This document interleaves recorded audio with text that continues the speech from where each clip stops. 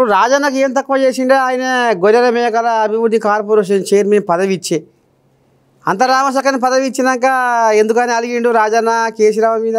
ఏం లేదన్నా, నేను చేసిన ఉద్యమం అది. ఒకప్పుడు గొర్రెలు మేకల మీద నిషేధం ఉండే ఆల్ ఇండియాలో. ఏం నిషేధం? ఎన్సిడిసి ద్వారా రుణ సౌకర్య రుణం ఇప్పించి ఈ జాతిని పెంపు చేస్తే ఇవి చెట్లు మేస్తాయి అని ఉండే. 1983లో వరంగల్లో తొలికేక గొర్రెలపై నిషేధం వద్దు, గొర్రెలు కిందికి తలకాయ పెట్టి గడ్డి తింటాయి, మేకలు అంతలా అయితే చెట్లు మేస్తాయి, ఎన్సిడిసి ద్వారా రుణ సౌకర్యం ఇప్పియాలే. నేను ఒక్కనే తిరిగిన, ఒక పక్క తుమ్మ చెట్టు, ఒక పక్క గొర్రె పొడవులను వేసుకొని కరపత్రాలు తీసుకొని నేను ఒక్కనే తిరిగి 10,000 మందిని జమ చేస్తే మొత్తం అన్ని పార్టీలను పిలిచినప్పుడు తెలుగుదేశం పార్టీ వచ్చింది, సంగమరెడ్డి సత్యనారాయణ, ఇప్పుడు మన రెవెన్యూ మంత్రి ఉండే యనమల రామకృష్ణుడు, రామచంద్రారెడ్డి అని ఎంపీ ఉండే, వాళ్ళ అందరిని పిలిచినాక అరే ఇదేదో మంచిగానే ఉన్నదనే అభిప్రాయం ఉండే. జంగారెడ్డి గారు నాకు అత్యంత సన్నిహితంగా ఉంటేనే, జంగారెడ్డి శిష్యుణ్ణి ఒక రకంగా. ఆ జంగారెడ్డి కాలంలో కొంత అయింది. మన దత్తాత్రేయ గారు పార్లమెంట్ మెంబర్ అయినాక దాని మీద అమెండ్మెంట్ చేయడం జరిగింది కేంద్రంలో.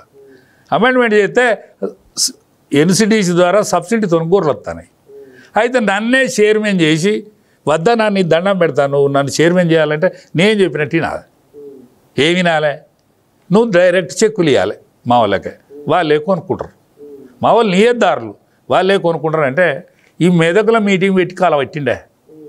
ఇనాగ్రేషన్ ప్రోగ్రాం ఆయన సంగారెడ్డి ఆయన కాన్స్టిట్యూన్సీలో గజ్వేల్ కాన్స్టిట్యూన్సీలో పెట్టిండ సభాధ్యక్షత ఆయన వహించాడు. మరి ముఖ్యమంత్రి అయ్యారు అని నేను అనుకున్నా. ఇంకా దేశపతి శ్రీనివాసరావును మాట్లాడమన్నాడు. ఇదేంద్రు ఇదేటో పోతుంది. దేశపతి శ్రీనివాసు మాట్లాడినాక మంత్రిని మాట్లాడు అన్నాడు. శ్రీనివాసరావు మాట్లాడు అన్నాడు.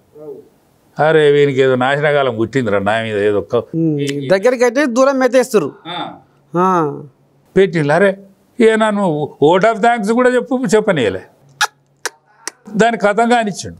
వినాశకాల విపరీతం దాని కథం కానిచ్చాడు. అరే వీనికి ఏదో నాశనకాలం పుట్టిందిరా, నేను కడుపులేదో ఇసంది వచ్చిందని అనుకున్నా. నా భుజం మీద తుపాకి పెట్ట 1000 కోట్లు కొట్ట. అబ్బా, యాదవుల గోస తలుతుంది అన్న, యాదవుల గోస తలుతుంది. నా భుజం మీద తుపాకి పెట్టి 1000 కోట్లు కొట్టేసిండ్రు.